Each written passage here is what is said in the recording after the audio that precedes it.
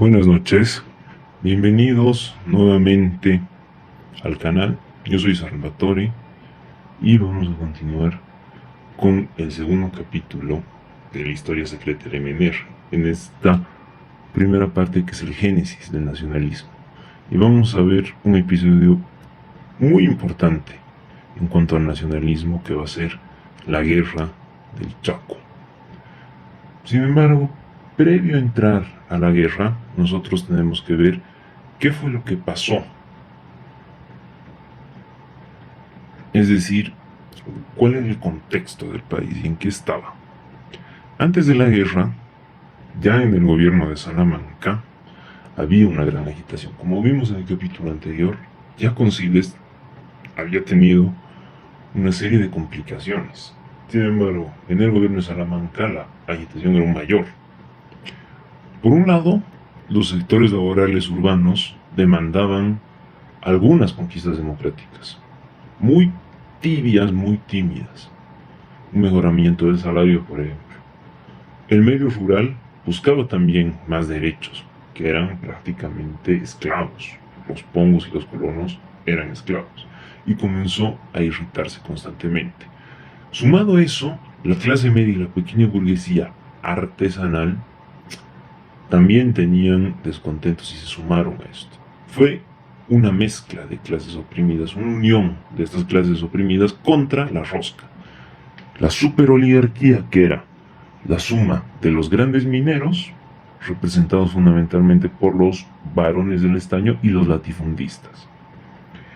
La agitación daba, sin embargo, manifiestos síntomas de poder cambiar el orden establecido. Era una agitación bastante fuerte, potenciado obviamente por el contexto internacional. Si bien Salamanca toma ciertas medidas paliativas para calmar la agitación, por ejemplo, prohibiendo el alquiler de pongos. Los pongos eran campesinos esclavizados y hasta antes de 1930 a estos pongos se los podía alquilar en un estado feudal, semifeudal o feudal directamente, así como promulgando la ley del divorcio, Salamanca. Y además tuvo que ampliar varias medidas para garantizar la estabilidad del régimen. Habían múltiples causas internas, pero también externas. El crack de 1929 fue como un multiplicador de problemas, potenció absolutamente la crisis y los efectos se sintieron fuertemente en el país porque era un país monoproductor. Primero, ¿qué fue lo que pasó? Una deflación. ¿Qué es la deflación? Hay un exceso de oferta en el mercado y debido a que hay mucha más oferta que demanda, ¿qué es lo que pasa? Los precios van cayendo y se produce una recesión económica. Como todos los precios van cayendo, se va generando un empobrecimiento generalizado, porque tampoco es que los ingresos aumentaban. Y luego de la deflación viene lógicamente una inflación, que es nuevamente otro desequilibrio entre producción y demanda, es decir, se produce muchísimo menos de lo que se necesita, porque ya en la deflación va a haber un punto donde tú llegues y de repente los precios estén bien, entonces la gente comienza a comprar, pero va a haber muchísima más demanda. ¿Qué es lo que va a causar de forma inmediata este aumento de demanda? Una subida de precios y por lo tanto una constante devaluación de la moneda para adquirirlos. Por lo que estas situaciones eran muy complejas y había que encontrar un equilibrio, una suerte de equilibrio, una suerte de dirección de la economía, algo que Salamanca, liberal, no iba a ser. Ni siquiera liberal, un tipo feudalista. Los efectos de la crisis se hicieron sentir fuertemente en el país. La desocupación de centenares de mineros, además de la disminución de los salarios, causó una disminución de la producción en las empresas. ¿Por qué? Porque directamente había mucho malestar social por un lado y por el otro, como había tan poca gente, obviamente el rendimiento de la empresa bajaba. Además, hubo una mayor organización por parte de los obreros. Y estos primeros sindicatos defenderían a sus representados con tal fuerza que comprometería el orden establecido. Nos damos cuenta de esto por las medidas que tomó el gobierno para combatir estos sindicatos. La promulgación de leyes represivas.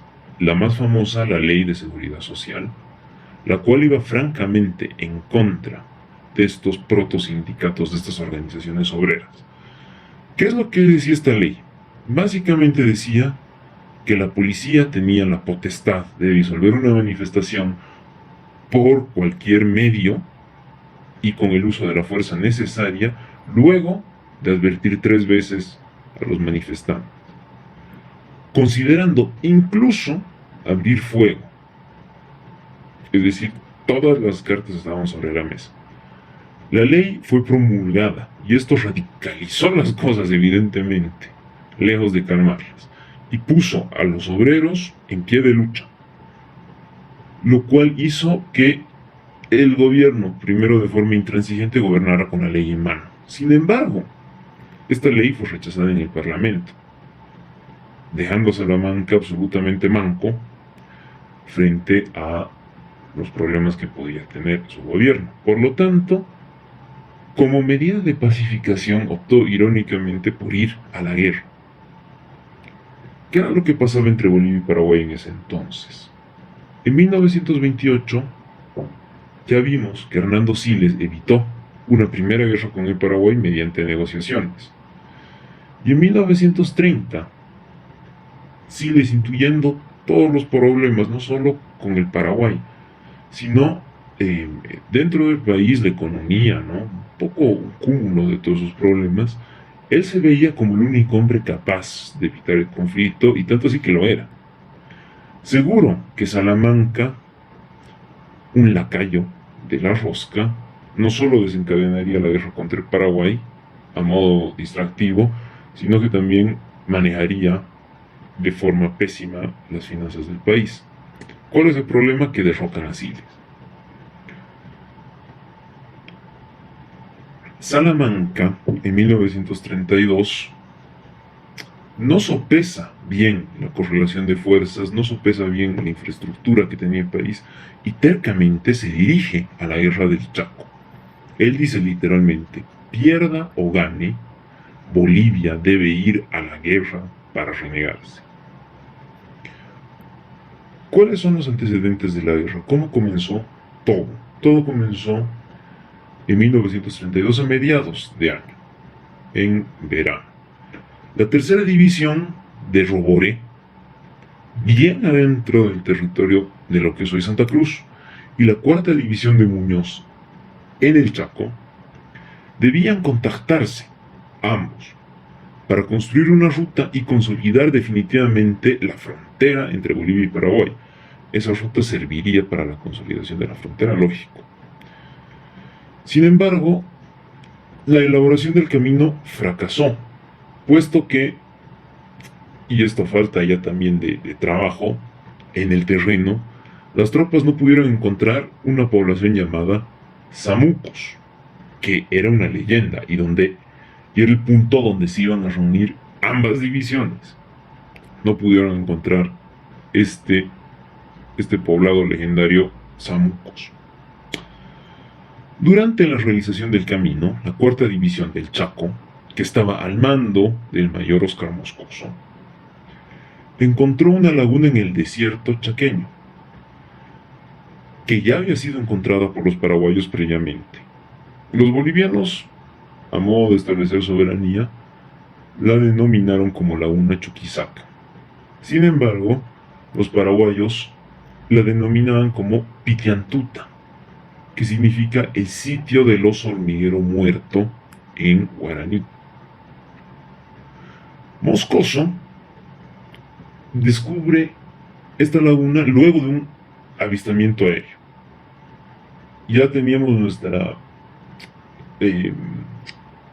una protofuerza aérea que hacía reconocimientos, y a través de uno de esos reconocimientos se puede ver la laguna, y el mayor Moscoso se establece en la orilla norte de la laguna Pitiantuta, considerando él que se encontraba en territorio boliviano.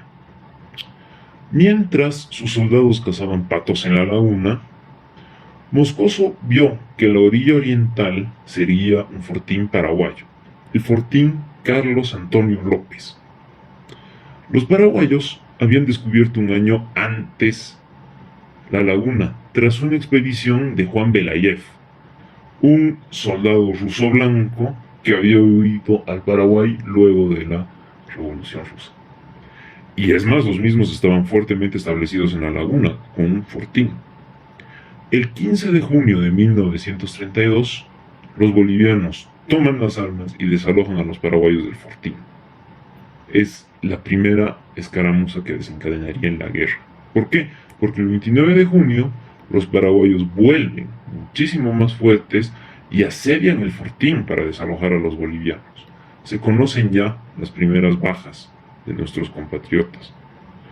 Los soldados Ricardo Acosta, Carmelo Laura y Daniel Sosa fueron los primeros fallecidos de este conflicto. Y se produce una escalada, lógicamente. Con los muertos, la situación era grave. Salamanca lo sabía y ordena el desalojo del fortín. Sin embargo, orden que fue desobedecida por el alto mando militar, y no solo eso, encubierta, puesto que Salamanca creía que la orden se había producido y que ya no había bolivianos en el fortín Carlos Antonio López. El 15 de julio del 32, los paraguayos realizan el ataque definitivo y además retiran a sus delegados de la conferencia de Washington, que era una suerte de organización que evitaba la carrera armamentística en la región. El general Osorio, que había engañado a Salamanca y a Bolivia, se encontraba en una situación precaria. ¿Por qué? Tenía él a 1500 hombres, con escasa preparación militar, y además tenía un frente a más de 1800 kilómetros de La Paz, donde estaban los cuarteles generales. Es enorme, 1800 kilómetros. Los caminos y medios de transporte eran precarios, y las largas caminatas desde la altura, desde alturas de 4000 metros, que tenían una temperatura media, digamos, de 5 grados centígrados, hasta alturas de 400 metros, con temperaturas muchísimo más calientes, por encima de los 35-40 grados centígrados, obviamente desgastaban muchísimo sus soldados. Todas las condiciones eran contrarias. El 16 de julio, Moscoso se repliega. Sin embargo, pese al repliegue de Moscoso, la guerra ya había estallado y ya había tenido lugar su primera batalla, la batalla Pitiantuta. En el interior del país existía una excesiva euforia, demasiada confianza. La opinión pública creía que las fuerzas bolivianas entrarían con látigo en mano en Asunción. Bueno, a partir de ahora vamos a ir describiendo un poco cómo se fue desarrollando el teatro de operaciones. ¿Qué fue lo que pasó? La tercera división de Rogori, mientras tanto, recibió la orden de tomar Puerto Bogado en el Chaco, posición que tomó, pero que tuvo que abandonar a posteriori porque no había apoyo logístico. Luego, Salamanca le ordena a la misma tercera división ocupar los fortines Loza, Bolívar y Corrales, entre otros, bajo el mando del teniente coronel Enrique Peñaranda, un hombre que va a tener cierto protagonismo años después, el cual tuvo que replegarse por lo mismo, los problemas logísticos. Por lo tanto, Salamanca se dio cuenta que necesitaba a un jefe en el teatro de operaciones. Llamó al general Carlos Quintanilla, también protagonista en los años posteriores, que era jefe de la primera división en Oruro, para que él mismo asuma el mando del Estado Mayor.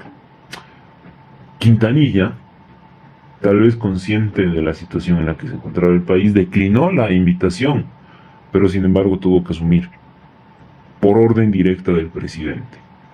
Bueno, Quintanilla se puso al mando de la cuarta división, que ya estaba en el teatro de operaciones, y que contaba con 2.930 hombres. Sin embargo, estaban distribuidos en un frente enorme, de 235 kilómetros, que estaban defendiendo además varios puestos bolivianos.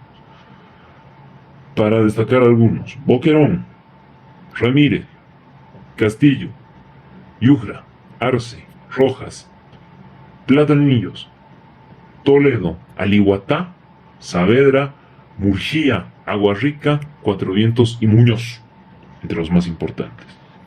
La mayor fortificación era la de Boquerón. Dentro de la fortificación había 400 hombres reforzados, sin embargo, digamos, la totalidad de hombres llegaba hasta 700, contándose con los hombres de la defensa exterior, 1300 en total. Quintanilla, viendo un poco la situación que había, partió, obviamente, al Chaco, de forma inmediata porque tenía que estar sobre el teatro de operaciones, y pese a que observaba la no preparación de la cuarta división, en su actitud templada, no contradijo al presidente en su orden de lanzar un contraataque en represalia por los sucesos de la laguna Pitiantuta. Salamanca le dijo textualmente: ejecute la orden. Si hay en ello algún mérito, será suyo. Si surgen responsabilidades, serán mías. Enseguida, el contraataque surtió efecto. Los bolivianos tomaron o se consolidaron en los fortines de Corrales, Toledo, Boquerón y Falcón. Pero Salamanca ordenó suspender un ataque de vital importancia estratégica, el ataque sobre Nanagua. Al suspender este ataque importante,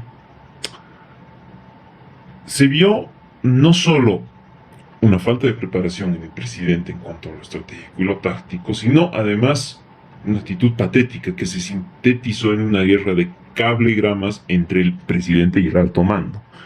El periódico La República rescata este hecho de la siguiente manera: la guerra que debíamos haber llevado al Chaco se ha convertido en una guerra de cablegramas. El gobierno ha derivado su conducta hacia una defensiva en que cada día se presenta arrogante y al otro humillado y claudicante. Es decir, no teníamos un norte claro. ¿El Paraguay? Sí. El Paraguay, además respaldado como buena factoría inglesa que era, por dos gobiernos ínfimamente ligados a la corona británica en esa época. Siempre el gobierno chileno ha estado del lado de los ingleses. Y además, era la década infame en la Argentina, y el general Justo se enorgullecía de decir que la Argentina era una joya más del Imperio Británico. Por lo tanto, no solo tenían un norte definido, sino que tenían un apoyo internacional claro. Paraguay decreta la movilización general de sus hombres, desde los 13 hasta los 40 años. Bolivia, sin embargo, mueve lentamente su maquinaria de guerra.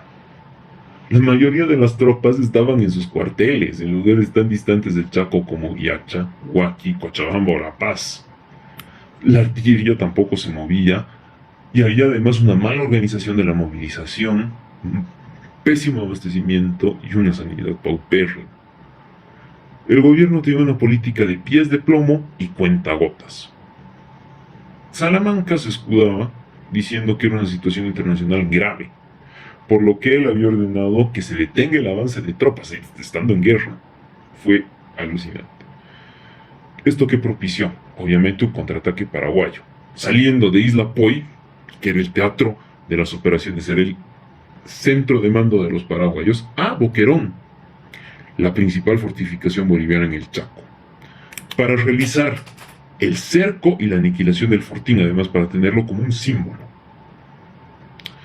La lentitud del gobierno obviamente intensificó las condiciones y favoreció al Paraguay. Se decía en el frente comúnmente que sería bueno avisar al gobierno que estamos en guerra. Salamanca fue atroz. Ejerciendo como capitán general del ejército, perjudicó enormemente a Bolivia. Por ejemplo, La República, el día 14 de septiembre de 1932 decía lo siguiente: el presidente ha dado en tomar a lo serio su papel de capitán general del ejército en campaña. No hay día que no dirija telegramas a los comandos del Chaco, dando órdenes e instrucciones con el título de capitán general, sobre la forma como se debe hacer la defensa, etcétera, etcétera, etcétera, escudándose en las facultades que le otorga nuestra antigua Constitución, la de 1880.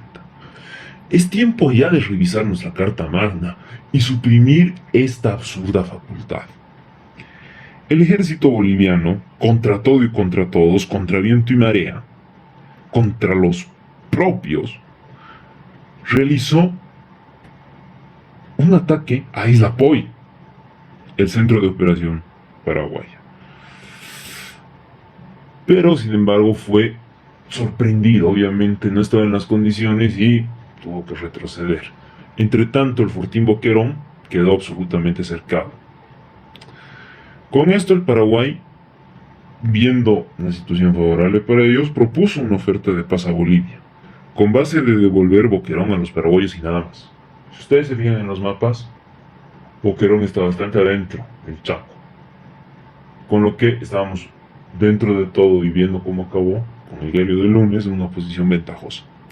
El 27 de septiembre, Salamanca rechazó la oferta de manera soberbia y defendiendo además un sitio, el sitio de Boquerón, que tenía poco valor estratégico. El triunfalismo boliviano nos costó muy caro. Se daba inicio a la batalla más famosa de la Guerra del Chaco. A principio, el fortín tenía 600 hombres. Sin embargo, estos fueron reducidos a 200. Pero resistieron de manera heroica el embate de 13.000 paraguayos durante 23 días, en un cerco completo. Los paraguayos consideraron a Boquerón que era una fortaleza defendida por varias unidades, para que se den una idea del mérito y de la fortaleza de los soldados que sirvieron en esa batalla.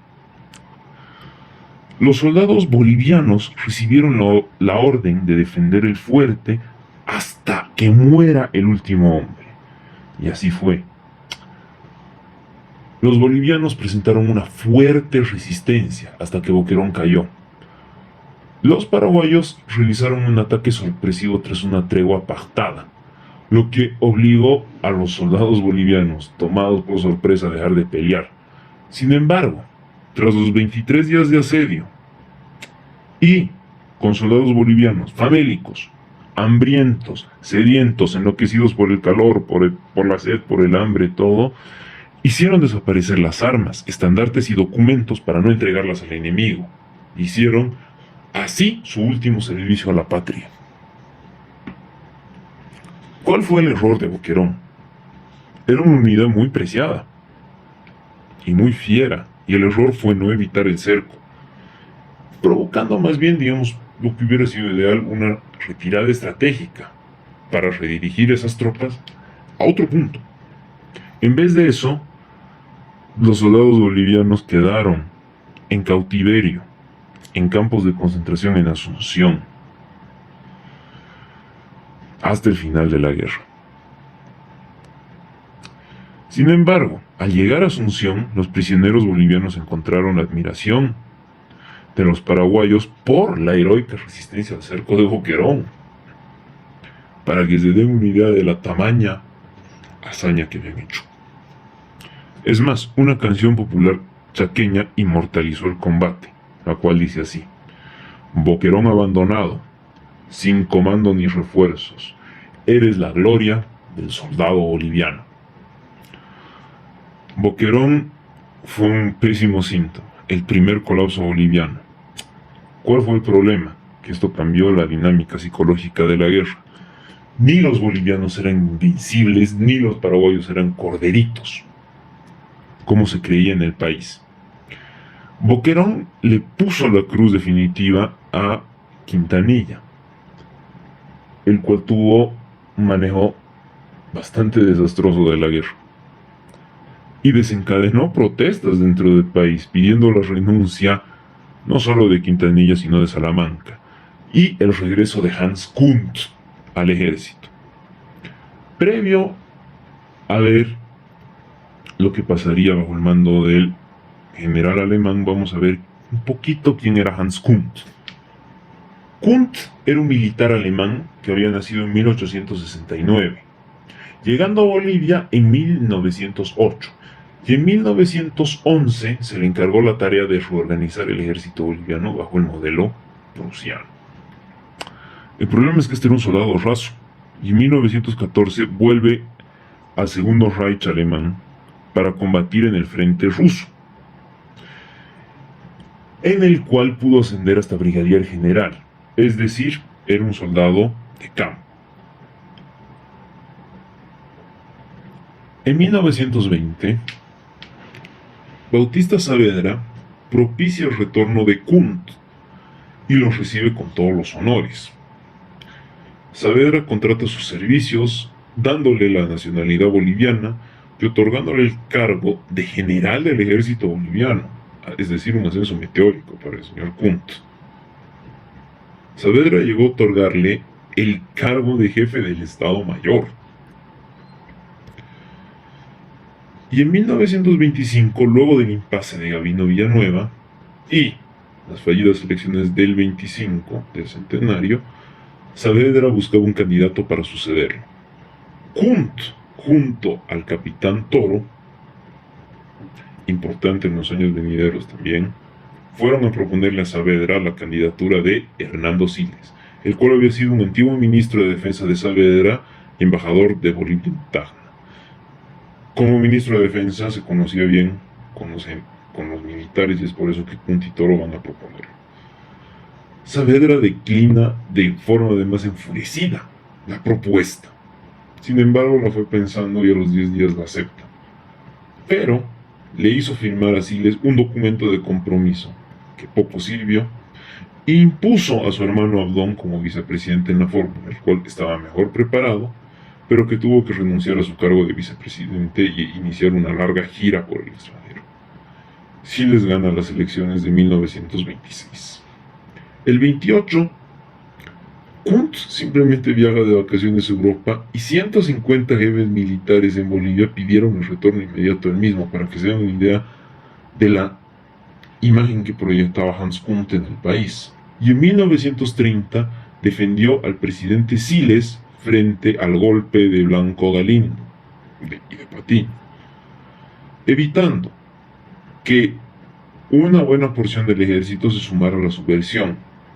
Pero una vez que Siles fue derrocado, Kunt tuvo que asilarse en una embajada junto a Siles y Toro y huir del país hacia Alemania. En 1932, Salamanca, que no era para nada un admirador de Kunt, debido a la presión social, sugirió el retorno del general, que fue aclamado por todo el parlamento. La opinión pública creía que Bolivia necesitaba un general prusiano para ganar fácilmente la guerra, sin contar que este no era un general, era un brigadier general, era un soldado de campo, no era un estratega. Él fue recibido como el dios de la victoria a su llegada. Kunt tenía una confianza casi ciega de todo el pueblo boliviano. Unos cuantos generales se opusieron a que él mismo fuera nombrado, pero bueno, de poco sirvió. Kunt llegó al mando con un regalo de bienvenida: el desastre del Fortín Arce, que sucedió a la toma de Boquerón. Viendo este desastre y esta posición defensiva, Kunt decide retomar la iniciativa y lanzar el ataque definitivo al estratégico punto de Nanagua. Lanzó enérgicas ofensivas sobre Nanagua, pero muy costosas, porque Nanagua estaba firmemente defendida por los paraguayos, es decir, ya se había avisado que iban a ir por ahí. Por lo tanto, los paraguayos hubieran sido muy tontos de no reforzar eso. Y el ejército boliviano se estrelló contra un muro. De los 6.000 hombres movilizados en Nanagua, 2.500 perdieron la vida. Bueno, Kunt dijo: no es Nanagua, intentemos otra ofensiva sobre Toledo. Igual, 2.000 de los 3.500 soldados bolivianos que participaron en Toledo cayeron muertos, y además en pocos días. Y era fracaso tras fracaso. Tras estos dos fracasos se pacta una tregua con el Paraguay en el junio de 1933. Sin embargo, los paraguayos aprovecharon su conocimiento del campo y propiciaron el desastre de Campo Grande. En septiembre de 1933, Campo Grande fue un cerco que se produjo en una parte del ejército boliviano. Aunque si bien una parte pudo zafar, el calor y la sed mermó a los bolivianos y generó un desastre total. Sin embargo, si Kunt es recordado por algún desastre, no es Nanagua, no es Toledo, no es Campo Grande, sino Campo Villa, tras la segunda batalla del Iguatá, que se produjo en diciembre de 1933. Campo Villa fue consecuencia de la segunda batalla del Iguatá, donde los paraguayos, que estaban siendo cercados por los bolivianos, rompieron el cerco al fortín y persiguieron al ejército boliviano hasta Campo Villa, que era el centro de operaciones que tenía el ejército ahí. En el mismo rodearon a 2 divisiones del ejército boliviano y los obligaron a rendirse sin combatir. 8.000 hombres bien equipados cayeron como prisioneros. Es decir, en un día se perdieron 8.000 hombres, además bien equipados, sin pelear. Lo que selló definitivamente el mandato de Kunt en el ejército boliviano.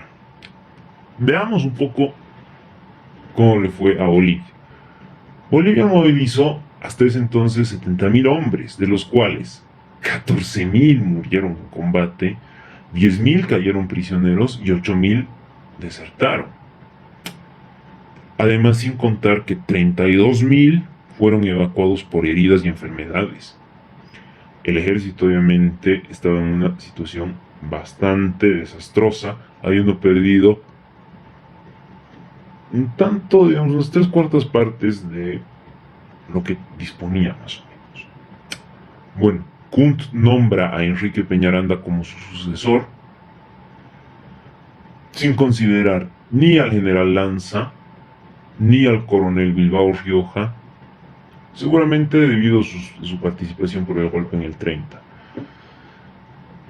Y otro protagonista del golpe mostraba un poco el clima que había dentro del país, la desmoralización y el descontento de la población. En 1935, hacia el fin de la guerra ya, los soldados debían marchar grandes distancias a pie en medio de varios motines. Era un desastre. Veamos lo que decía Carlos Blanco Galindo. Los partes recibidos últimamente de las etapas de tránsito demuestran palpablemente la poca entereza de carácter y la falta de tino para la conducción de los destacamentos de parte de algunos comandantes, quienes, poniendo por encima sus intereses netamente personales y olvidando de su propio bienestar, abandonan la tropa a su propia suerte.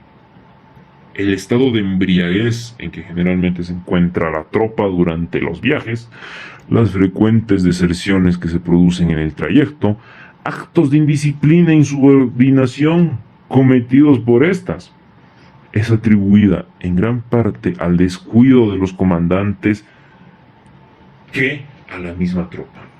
Son muy frecuentes las denuncias formuladas por los administradores de los ferrocarriles, así como por los inspectores de trenes, denunciando desperfectos en los coches debido a la torpeza de los soldados que viajan en ellos, habiéndose llegado al caso de que muchos de estos, en estado inconveniente, hacían disparos de fusil desde el interior de los coches cuyas ventanillas se encontraban corridas. Estos hechos inducen a ejercer una mayor vigilancia de parte de los conductores para evitar el deterioro de nuestra materia rodante. Veamos, por ejemplo, la odisea de Luis Emilio Aguirre, un soldado que encabezaba 700 personas. Él hizo una hazaña, un La Paz Boquerón en 7 días, en jornadas agotadoras. Comparativamente, veamos, si el coronel Aguirre hubiera estado en Europa y si La Paz hubiera sido en París, él hubiera atravesado Francia, Suiza, Italia, Yugoslavia, Albania y Grecia, llegando a Atenas, París-Atenas. Y si hubiera partido hacia el norte, hubiera llegado al puerto de Troms, ya bien adentrada en la Escandinavia, Noruega.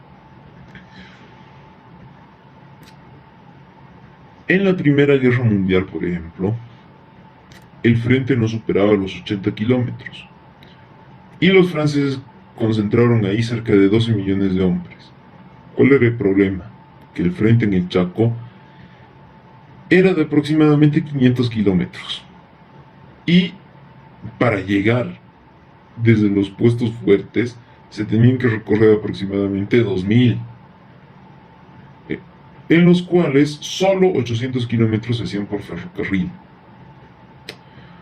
Por ejemplo, muchas tropas que venían de colonias, lo que hoy conocemos como Pando, y Beni, recorrieron el país de punta a punta. Habían varias rutas comunes, de Mojo a Tarija, de Tarija a Villamontes y aparte de Cochabamba a Santa Cruz y de Santa Cruz al Chaco. Veamos un poco las distancias, las rutas que se tomaban a través del país. A ver, de Tarija a Villamontes se tardaba 13 días. De Mojo a Tarija, 7 días, es decir, de Mojo a Villamontes, 20 días, ya en las puertas del Chaco. De Cochabamba a Santa Cruz, 21 días. Veamos este recorrido en particular. Un recorrido que, si bien era importante, no entraba directamente al Chaco, es decir, faltaba más.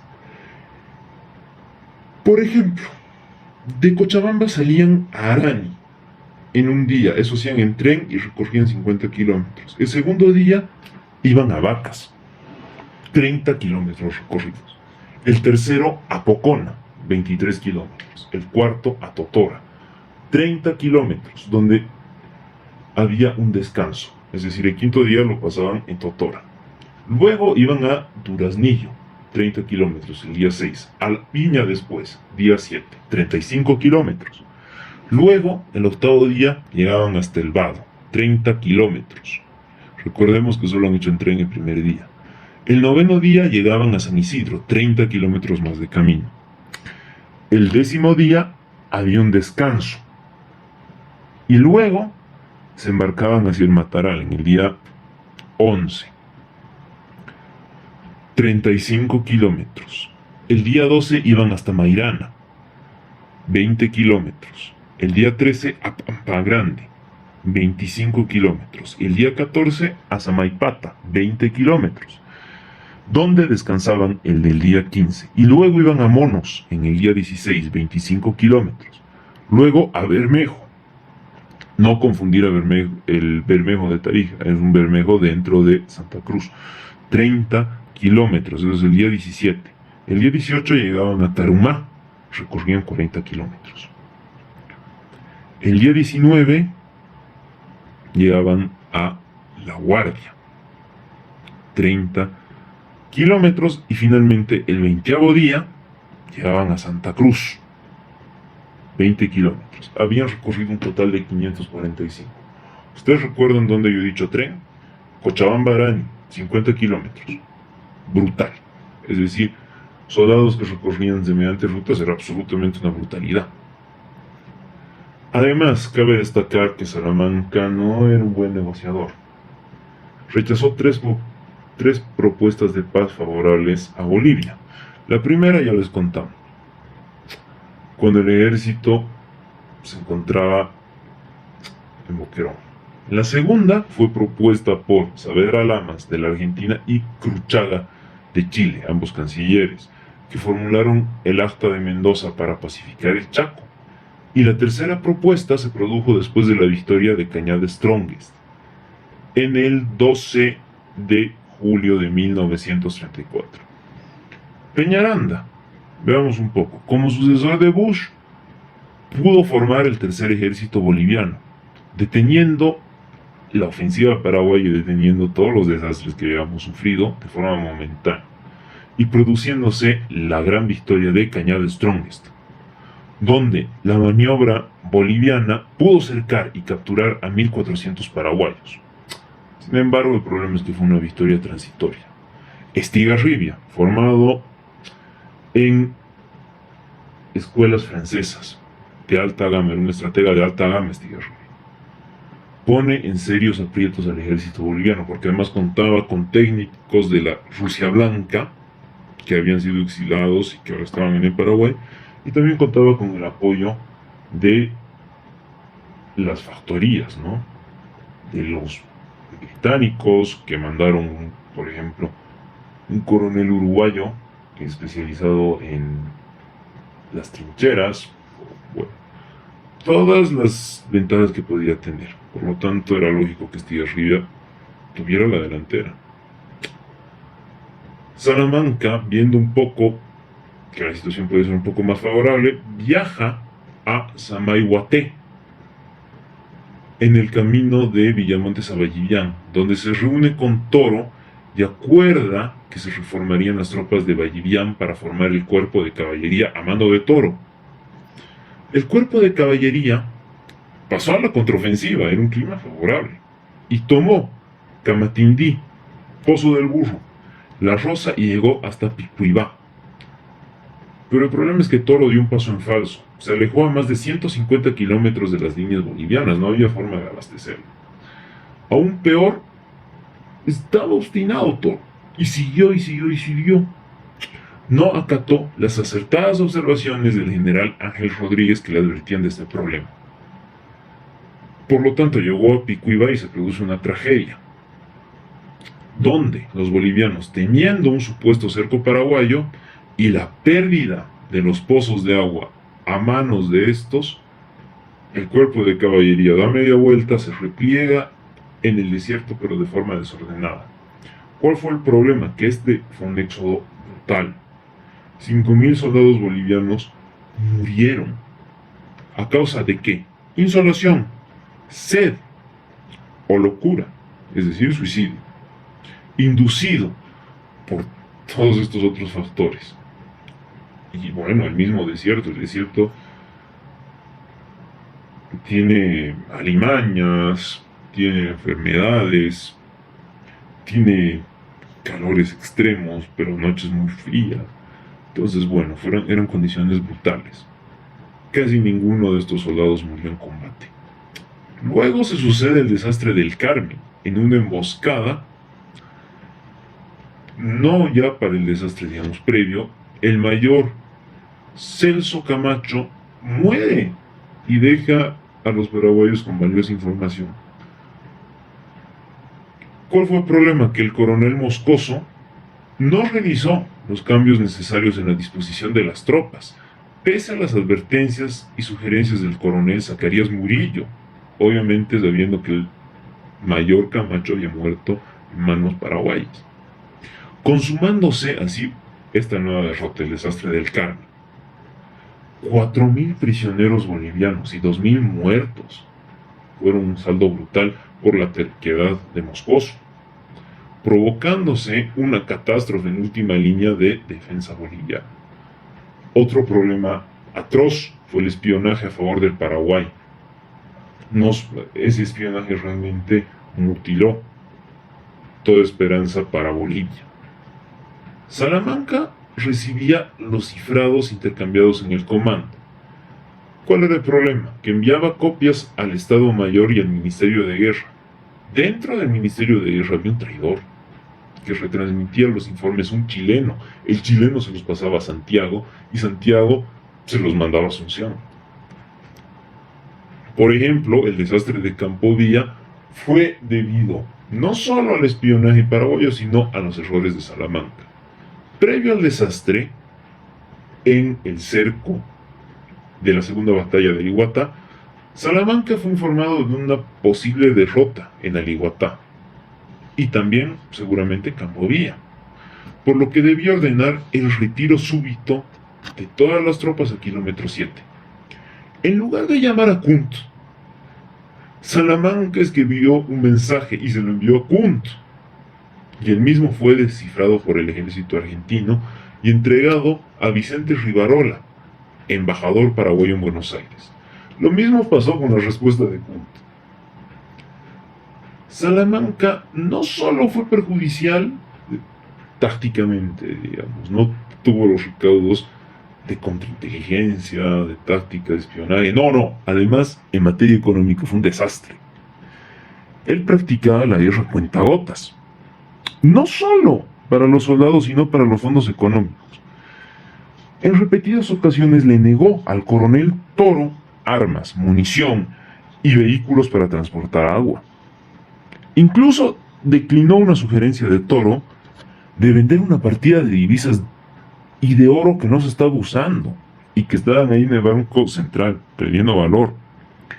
Salamanca, indignado, replicó: antes de que se desvalorice la moneda, preferiría que se pierda el Chaco. Bueno, su pobre gestión, en efecto, no hubo elección. La moneda se desvalorizó y el Chaco se perdió. A ver, veamos un poco. Tras el desastre del Carmen, Salamanca, harto, decidió deshacerse de Peñaranda, seguía degollando líderes.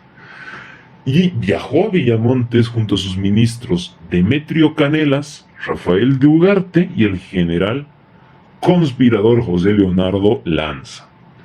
Ahí, previo a la llegada de Villamontes, dos militares muy importantes en la historia de Bolivia, el coronel David Toro y Germán Busch, se anticiparon al presidente, ordenaron su arresto. Es decir, propiciaron el corralito de Villamontes. Salamanca fue derrotado y derrocado, y el poder recayó en el vicepresidente José Luis Tejada Sorzano. Amargado y retirado en Cochabamba, Salamanca replicó: este es el único corralito que le salió bien al comando. Tejada Sorzano, un liberal muchísimo más dócil, aceptó varias sugerencias de los militares, reforzando primero las líneas en los contrafuertes de la cordillera. Los paraguayos se declararon vencidos frente a las mismas porque estaban muy lejos de su línea de abastecimiento, y además es muy difícil que los bolivianos perdamos en los contrafuertes. Conocemos nosotros el terreno. Por lo tanto, los paraguayos se habían adentrado en territorio nacional y los bolivianos lograron hacer una contraofensiva.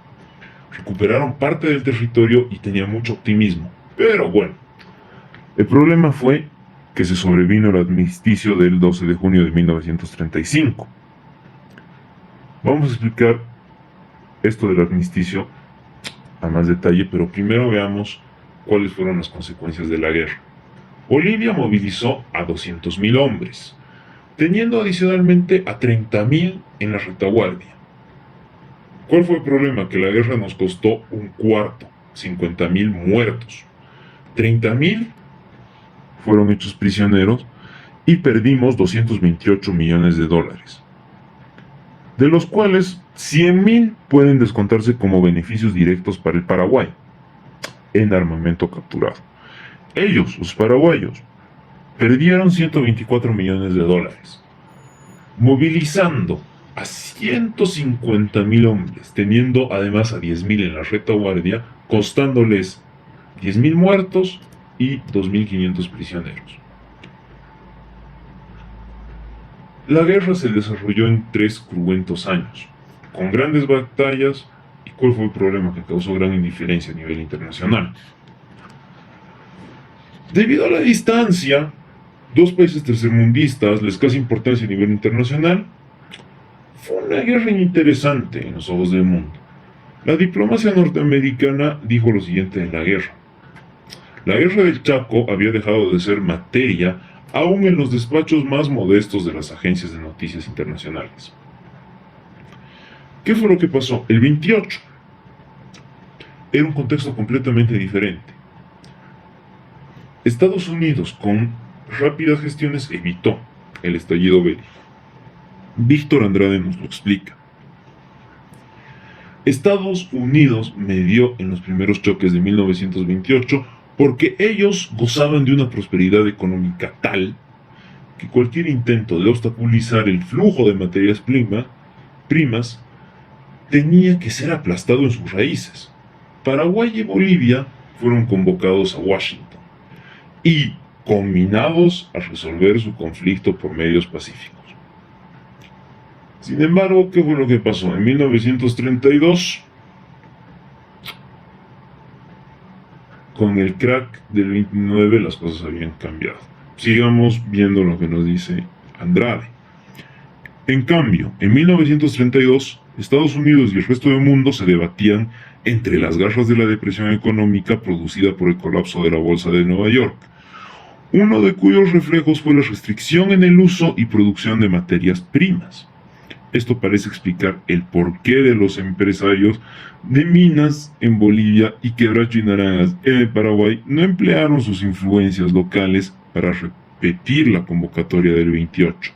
En 1935, cuando el mercado de materias primas había recuperado, surgió la necesidad de aumentar los contingentes de mano de obra. Y en esa forma, las naciones metropolitanas y los empresarios locales se movilizaron intensamente para hacer que termine la guerra entre Bolivia y Paraguay. Además, el mundo occidental advertía la gesta de la Segunda Guerra Mundial. Ya habían señales claras: la Guerra Civil Española en ciernes, la invasión etíope por parte de los italianos y otra serie de conflictos que obviamente terminarían desencadenando la Segunda Guerra Mundial. Era necesario adoptar las medidas necesarias para evitar la confrontación de dos democracias en caso de que se produjera una nueva Gran Guerra Mundial. Un nombre tristemente célebre aparecería aquí: Sproul Braden, jefe de la misión de Estados Unidos a la Conferencia de Paz del Chaco en Buenos Aires. Refiere en su libro que el director de la Oficina de América Latina en Washington, Sumner Welles, que presidiera dicha conferencia y asegurara la paz. Braden dice textualmente en su libro: Sumner Welles me dijo en una conversación confidencial que los temores del presidente Roosevelt de una probable guerra en Europa eran fundados. De una caja fuerte extrajo unos borradores de una carta del presidente a todos los demás presidentes de las repúblicas americanas. El borrador decía que, en vista del peligro de un conflicto europeo, era necesario proteger al continente de cualquier participación. No olvidemos que estaban en el profundo aislacionismo los Estados Unidos en ese momento. Poco contrario debido a la doctrina Monroe, pero bueno. En consecuencia, proponía que las repúblicas americanas celebren una conferencia para el mantenimiento de la paz. Conferencia que se debía llevar efecto en Buenos Aires, siempre que el presidente Justo lo deseara. Obviamente lo iba a desear. El presidente Justo era un felpudo del occidente. Iniciada la gestión, los felpudos mayores en esa época, Chile y Argentina, se pusieron de acuerdo para realizar la conferencia e invitaron a Estados Unidos, Brasil, Perú y Uruguay para mediar el conflicto. En base a esa reunión en Buenos Aires se acordó el protocolo del 12 de junio de 1935. Paradójicamente, el momento donde Bolivia estaba recuperando bastante su posición y podía obtener tal vez un resultado más favorable en la guerra, pero ya no lo sabremos. No se puede hacer futurología. El protocolo acordó una tregua de 90 días que comprendía 3 partes: resolver la cuestión de nuevas fronteras, el canje de prisioneros y el estudio de la firma del Tratado de Paz, que debía realizarse en la Conferencia de Buenos Aires, presidida por el canciller argentino Saavedra Lamas. Braden, refiriéndose a Saavedra Lamas, dijo: se trataba de un hombre vanidoso y patológicamente ambicioso, esencialmente malo y estúpido. Su apodo, Cuello Duro, inspirado en su costumbre por usar cuellos duros almidonados de 3 pulgadas de alto, respondían a su personalidad, que no respetaba a nadie. Se burlaba de sus colegas de gabinete y hasta del presidente Justo, a quien llamaba el gordito de arriba. Además de eso, Saavedra Lamas simpatizaba, como todo el gobierno de Justo, por Paraguay, porque además Justo era pariente de empresarios que tenían intereses firmes en el Paraguay, intereses sobre todo en el Quebracho, en la parte del Chaco, en un recurso maderero esencial para las vías férreas. Y en repetidas ocasiones, este señor, Saavedra Lamas, intentó que la conferencia fracase. El protocolo forzaba a los países beligerantes a reconocer explícitamente la declaración del 3 de agosto de 1932. Un saludo a la bandera que decía lo siguiente: los representantes de todas las repúblicas americanas reunidos en Washington, en donde reside la Comisión de Neutrales, habiendo sido debidamente autorizados por sus respectivos gobiernos, tienen el honor de hacer la siguiente declaración a los gobiernos de Bolivia y Paraguay. El respeto al derecho es una tradición entre las naciones americanas, las cuales se oponen a la fuerza y renuncian a ella, tanto para la solución de sus controversias como para utilizarla como instrumento de política nacional en sus relaciones recíprocas. Ellas han sido por mucho tiempo los líderes de la doctrina de que el arreglo de todas las disputas y conflictos de cualquier naturaleza u origen que se puedan suscitar entre ellas solo será procurado por medios pacíficos. La historia de las naciones de América demuestra que todas sus controversias territoriales y de límites han sido arregladas por tales medios. Por esto, las naciones americanas declaran que la disputa del Chaco es susceptible de una solución pacífica y piden encarecidamente a Bolivia y Paraguay que sometan inmediatamente la de esta controversia a un arreglo por arbitraje o por otro medio amistoso que fuera aceptable para ambos. Un saludo a la bandera, además, un documento que desconocía completamente la historia de nuestra América Latina. Sigamos con el documento, con el mamarracho. A ver. En cuanto a las responsabilidades que puedan derivarse de los diversos encuentros ocurridos desde el 15 de junio hasta la fecha, consideran que los países en conflicto deberán presentar a la Comisión de Neutrales toda la documentación que conceptúen pertinente, la cual será examinada por ella. No dudan de que el país que de esa investigación resulte agresor habrá de querer dar satisfacción al agredido, eliminando así toda desavenencia entre ellos. Invitan además a los gobiernos de Bolivia y Paraguay a hacer una declaración solemne en el sentido de paralizar movimientos de tropas en el territorio disputado, lo cual serenaría el ambiente y haría fácil el camino a la solución de concordia que América espera, en nombre de los intereses permanentes de todos los países de cada hemisferio. Las naciones de América se declaran también que no reconocerán arreglo territorial alguno de esta controversia, que no sea obtenido por medios pacíficos, ni la validez de adquisiciones territoriales que sean obtenidas por ocupación o conquista por la fuerza de las armas. El protocolo, obviamente en toda su dimensión ridícula, puso fin a la guerra y estableció las fronteras definitivas, otorgándole el 75% del Chaco a Paraguay y el resto a Bolivia, incluyendo el acceso al río Paraguay. Bueno, ya finalmente visto cómo concluyó todo, podemos ver también que la guerra del Chaco fue fundamental para la política de años venideros. Muchísimos personajes participaron en la guerra y vamos a rescatar varios nombres que van a ir sonando en la historia de Bolivia en los años venideros. En 1933, por ejemplo, Víctor Paz Estenssoro se incorpora al ejército para ir a defender el Chaco. Se incorporó a la batería Seleme 7 de artillería, comandada por Antonio Seleme, que contaba con 4 baterías de artillería.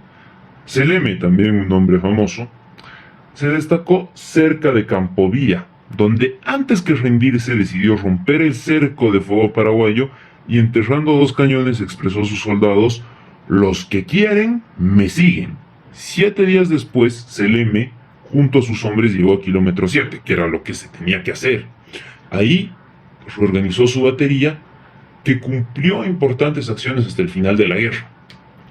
Paz Estenssoro se incorporó a esta batería como soldado raso. Poco después fue ascendido a sargento por sus antecedentes profesionales y por su posición oligárquica. Cumplía las misiones asignadas por sus superiores y cumpliendo con frecuentes tareas de patrullaje y como centinela en chozas establecidas en el alto de los árboles. Paz Estenssoro escribía sistemáticamente un diario de campaña. Además tenía varios libros que lo acompañaban, como, por ejemplo, y para sorpresa de muchos, el ABC de la teoría marxista de Bujarin. Era apreciado por sus compañeros, recordado con afecto por su compañero de carpa, Carlos Aguilar. Se hizo muy amigo de un soldado analfabeto y cochabambino llamado Percherón, o apodado Percherón, supongo. Seguía fielmente a su amigo y dormía cerca de su carpa, y lo protegía. Una noche, Percherón saltó, machete en mano, sobre una víbora de cascabel que se acercaba al pie de Paz Estenssoro. Percherón fue muy certero y mató al animal venenoso. Bueno, Paz Estenssoro permaneció en el batallón hasta el fin de la guerra. Carlos Verdecio, cochabambino, había sentenciado a la muerte por comunista. Él había sido sentenciado. Cuando se iba a consumar el acto, Paz Estenssoro intervino con el general Kunt, porque Verdecio era funcionario bancario, y que en vez de ser dado muerto, Paz pidió ponerlo bajo sus órdenes. Kunt accedió. Otro personaje importante, Hernán Siles Suazo, también participó en la guerra. Ingresó en un destacamento que no tenía ningún entrenamiento militar, fue trasladado directamente al frente de batalla y en el conflicto fue herido en el antebrazo derecho por un balazo y retirado de frente a La Paz. Recibió la Cruz de Guerra una vez terminado el conflicto. Otro famoso participante de la guerra de Chaco fue Augusto Céspedes, el del cual podemos rescatar su relato El Pozo, que narra la desesperación de la sed y la desesperación también que puede generar el desierto chaqueño en los combatientes. ¿Qué fue de Céspedes? Él fue incorporado al regimiento de entrenamiento de oficiales de reserva como cadete. Luego, después de 4 meses de estricto entrenamiento, actuó en un sector de la línea del Condado, rota por los paraguayos. Céspedes fue ascendido subteniente como primer alumno y pronunció el discurso de agradecimiento en el acto de colación de grado, a nombre de sus 150 compañeros, 2 de los cuales habían muerto en la batalla del Condado. El coronel Celso Camacho disciplinó a los cadetes de este regimiento a solo 5 kilómetros de la línea de fuego. Cuando los paraguayos rompieron la línea, Camacho ordenó formar a los cadetes y pidió que los voluntarios para cubrir esa brecha dieran 3 pasos al frente. De aquí viene la gran anécdota de los 3 pasos al frente. Todo el batallón avanzó pidiéndole a Camacho ir a la línea de fuego. Camacho hizo formar a todo su batallón y seleccionó a 10 oficiales para que lo acompañen, entre los cuales estaba Céspedes. Al final no necesitaron de los cadetes para cubrir la brecha, restableciendo sus posiciones iniciales. Céspedes siguió mostrando valor y fue ascendido subteniente. Otro soldado destacado fue Juan Lechín. Ingresó en el ejército como soldado y se destacó en algunas acciones en kilómetro 7. Por su actuación en Cuatro Vientos, Lechín fue ascendido a cabo. Luego se produjo la retirada y Lechín tuvo acciones importantes para sus compañeros. Antes de kilómetro 7, él fue herido y ascendido al grado de sargento. Bilbao Rioja trató de tirar mierda sobre Lechín, diciendo que este había sido un soldado amotinado y que iba a ser fusilado por su batallón. Y como Lechín convenció a Bilbao, este decidió liberarlo. Sobre esta versión, Lechín solo dijo que Bilbao tuvo una confusión lamentable. Usualmente se efectuaban fusilamientos en medio de la retirada, cosa lamentable además y que nos jugó en contra, como en kilómetro 7. ¿Por qué? Porque varios soldados, para darse de baja, se pegaban un tiro en la mano izquierda, por lo cual eran denominados irónicamente izquierdistas. Los fusilamientos se dieron en el frente y en retaguardia por sospechas de extremismo, deserción o oposición a la guerra. Por lo tanto, seguramente lo que le pasó a Lechín fue que quedó lastimado tras una de esas acciones heroicas. La paz del Chaco, ya una vez visto todos estos personajes ilustres que marcarían toda una época de la historia boliviana, bueno, todo llegó a su fin, ¿no? Y la paz del Chaco no había sido firmada en los años posteriores, solamente un protocolo que se cumplió íntegramente en el cese de las hostilidades estipulado en el mismo. La Comisión Militar Neutral cumplió con su función íntegra dentro de los plazos estipulados. La comisión logró fijar las posiciones de los ejércitos, establecer claramente las líneas de separación, además de garantizar las medidas de seguridad estipuladas. Los ejércitos fueron desmovilizados y solo quedaron 5.000 hombres como máximo en las fronteras.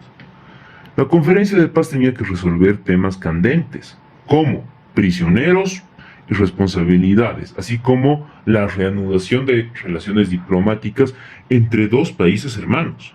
El primero de julio de 1935, bajo la presidencia del canciller argentino Saavedra Lamas, nefasto, la conferencia de paz inicia sus labores.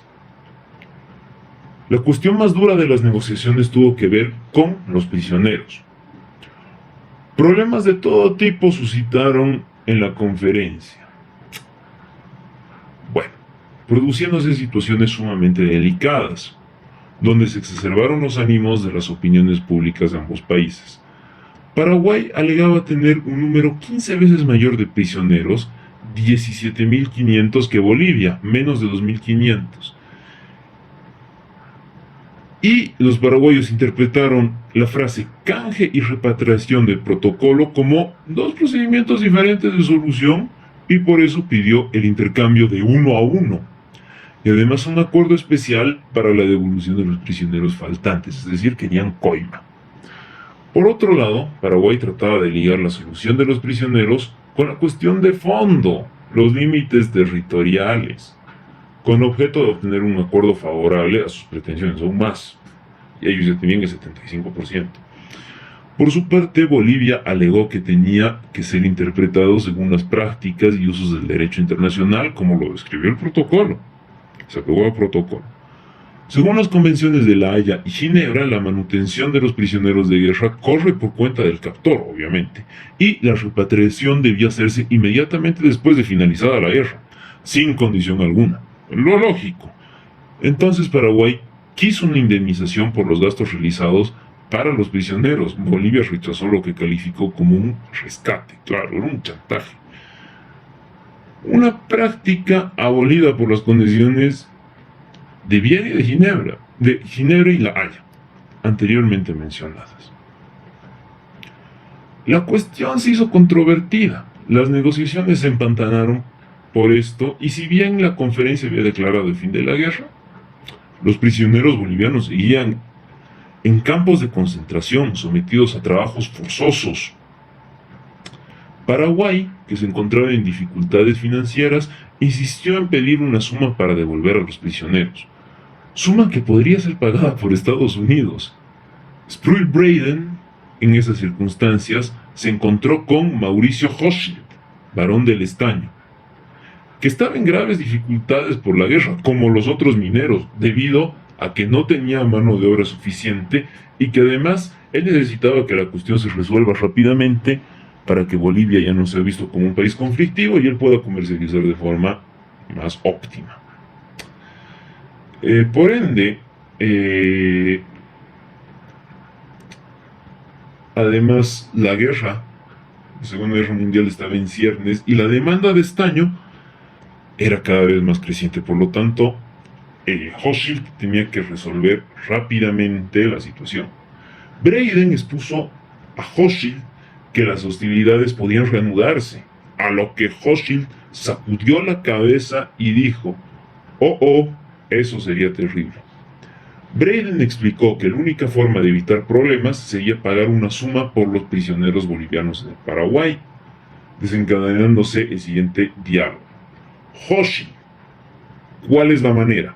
Breiden: necesito 150.000 libras esterlinas. La libra no se ha devaluado todavía. Si podemos pagar a los paraguayos, estoy seguro de poder prolongar la tregua para poder negociar la paz. Hochschild: ¿cómo lo quisiera tener? Breiden: en el Banco de la Nación Argentina, a las órdenes del ministro de Relaciones de Bolivia, señor Elío.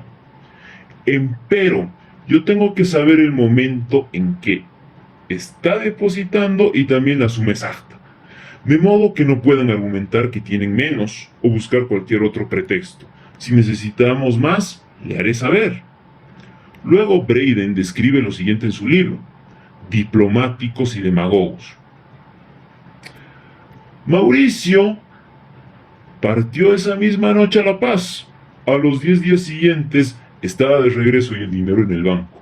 Entre él, Patiño y Aramayo se habían repartido la provisión de la suma necesaria. En caso de que necesite más, puedo obtenerlo. Tenemos que llegar a un tratado de paz, acotó Hochschild. Con el depósito realizado se reanudaron enseguida las negociaciones para el intercambio de prisioneros, donde Bolivia y Paraguay transaron en 132.000 libras, firmándose el acta el 21 de enero de 1936. Una vez superado este punto, las cuestiones de responsabilidades y reanudación de relaciones entre ambos países se zanjaron fácilmente. Quedaba pendiente la tarea más difícil, la cuestión territorial, a través de lo cual se preveía la resolución por medio de acuerdo directo o por medio de arbitraje, resolviéndose los problemas por la vía directa. Veamos cómo fue esta negociación. La negociación entró luego en la demarcación de fronteras, pero entre tanto en Bolivia se produjeron dos golpes de estado. Primero Toro y luego Bush.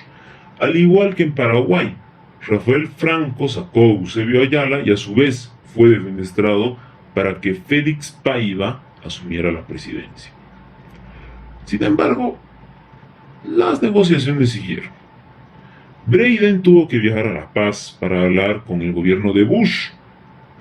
Sombrío personaje Breiden, muy presente en nuestra historia latinoamericana, con nefastas consecuencias. Dentro del gobierno de Bush existían radicales. Felipe Rivera, ministro de Minas, y Olmos, ministro de Guerra, aseveraban una posición dura. En caso de dificultades, los bolivianos estaban listos para derrotar a los paraguayos y por lo tanto no les interesaba tratado de paz alguno. Estaban en condiciones de reanudar la guerra. Sin embargo, las amenazas cayeron en saco roto, puesto que el contexto internacional había cambiado. Breiden se reunió con Bush en la casa de Miguel Echenique, delegado de Patiño en Bolivia. La charla duró 4 horas y se definió la línea de demarcación entre ambos países. Breiden: mientras discutíamos los límites, le enseñé a Bush varios mapas del Chaco, todos malos e incompletos. Finalmente le dije: usaremos el mejor mapa que disponemos. Y saqué de mi cartera un mapa de Bolivia secreto y numerado por el Estado Mayor. Los ojos del presidente se abrieron como platillos. Sonriendo le dije: señor presidente, no se sorprenda que tenga este mapa. Por supuesto, fue robado de su Estado Mayor, pero no por mi persona. Se los arrebaté a los argentinos. Esto era cierto, literalmente. El mapa resultó el mejor auxiliar durante esa noche. Para que vean la condición y cómo nos veía Breiden, como una especie de satrapía donde el que tenía el mejor mapa era él, porque se lo había robado a los argentinos otra satrapía. Bueno, en Buenos Aires, el 9 de julio de 1938, se firma el acuerdo de paz en medio del júbilo de los jefes de Estado. Bolivia ratificó el tratado por medio de la Convención del 38 y Paraguay efectuó un plebiscito para ratificar el tratado. Y así acababa una de las páginas más amargas de nuestra historia, donde dos pueblos hermanos, como lo son el boliviano y el paraguayo, se enfrentaron en una guerra sin sentido por intereses espurios, por gobiernos entreguistas y por la acción de políticos que veían más bien su beneficio y más bien su alineación a otros intereses que a los intereses del país. Este sería el segundo capítulo. Y aquí habría llegado a su fin. Muchas gracias por haber seguido. Nos veremos en una próxima ocasión.